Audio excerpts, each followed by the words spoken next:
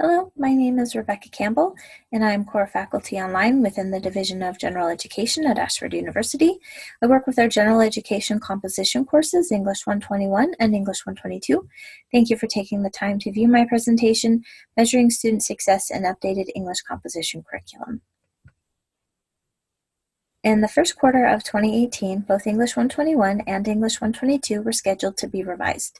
The revisions were meant to take place back-to-back so that the students who started in the new version of English 121 would go on to the new version of English 122.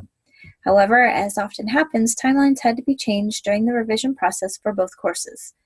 This meant the rollout for the new English 121 ended up occurring only 4 weeks prior to the rollout of the new 122, rather than at least 5 weeks ahead of time. What this ultimately meant was there would be a small cohort of students who took the old version of English 121, but due to the closeness of the rollout dates, would take the new version of English 122. While this was not ideal from an educational continuity standpoint, we as the English composition team did realize the situation offered a unique opportunity to look into how the changes in the courses impacted students. We would be able to compare data regarding students who took both old versions of the course, students who took the old 121 and the new 122, and students who took both new courses. I decided to take the lead on this and delve into the data. The composition team made substantial revision to both courses. This meant each new course was quite different from the old course. The hope was that we would see a positive impact in student performance in the new version, but also an increase in rigor. There ended up being a great deal of data to compare in multiple ways. For simplicity's sake, I compared withdrawal grades to the whole of each group separate from those students who earned a letter grade for the class. A letter grade indicated a student finished the course versus withdrawing prior to the end.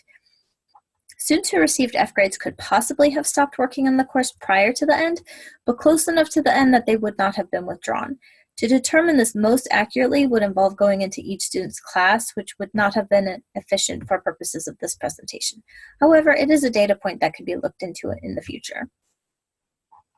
The data included students who took the old 121 and the new 22, a similar number of students who took both older versions of the course immediately before the revision rollout, and students who took both new versions of the course immediately after the revision rollout, or as close to that as possible. For each group to be as close in number as possible, the courses involved covered start dates from the beginning of 2018 through the summer months of 2018. Since the cohort of students who took both old versions of the course was a bit larger than the other two sets, I did consider removing about 100 students from that group. However, I was concerned about inadvertently removing too many students who fell into one category, say students who earned an A in both classes, so I decided to leave the data alone and work in percentages. In gathering the data, I had to determine how to look at it and analyze it. The revised courses were quite different from the previous versions, so I really needed a common denominator to make any kind of comparison. One area that remained the same was how we had students work through the writing process in both courses. Both versions of English 121 had a draft assignment, which would be revised into a final essay, and both versions of English 122 contained an outline, rough draft, and then final essay. Since too much of the rest of the courses was so vastly different, I chose to focus on assignment grades and overall final grades. Though the same types of assignments existed in both versions of the course, we did make drastic revision to the rubrics.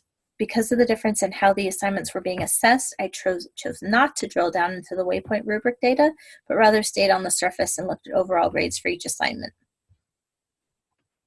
There was a similarity in the distribution of grades, even with the differences in curriculum.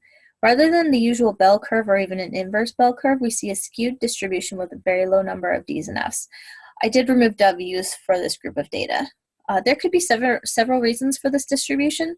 The first reason lies in the data set. Because I wanted to compare 121 and 122, we needed students who had taken both courses.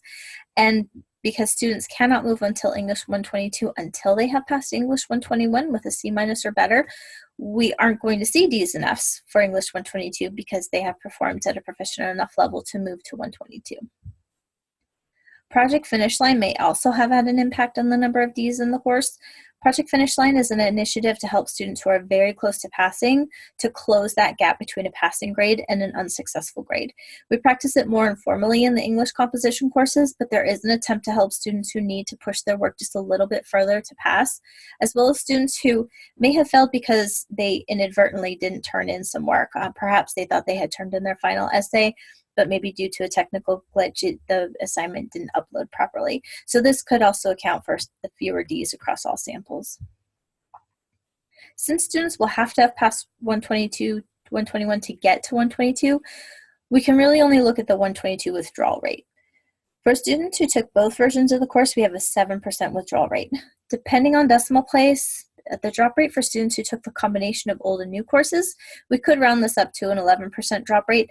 I tended to round to the second decimal place for simplicity's sake, but if I had gone one more decimal place over, this would have been an 11% round. So the fact that the drop rate was spiked with the change in curriculum could also be attributed to that change, especially as the drop rate for students who took both new versions of the course is close to the rate of the students who took both old versions of the course. When we look at performance across the versions of English 121, it seems to be about the same. Again, since we are only looking at students who took both courses, the number of unsuccessful grades in this data set is going to be quite low. However, between the old and new versions, performance is fairly consistent. When we look at the difference in English 122, there's greater disparity. We see a low number of grades in the D range, which again is partly attributed to a combination of the Project Finishline initiative, along with faculty working outside of the initiative to help students bring their work to a proficient level. The distribution of grades is similar for students who took both old versions of the course and both new versions of the course. The grades are much more evenly distributed, with a spike in Cs for students who took a combination of old 121 and new 122. Another item I must mention is that in the combination set, the instructors were new to teaching this course. Even seasoned instructors need time to feel out a course and determine the most effective way to teach it. How much impact this might have had on student grades is difficult to determine exactly, but we acknowledge it likely had some impact. As we see, there's a spike in F grades, particularly in the combination data set. It seems the old version of English 121 was not enough preparation for the new version of 122. However, we also see a greater number of Fs for students who took both new versions of the course.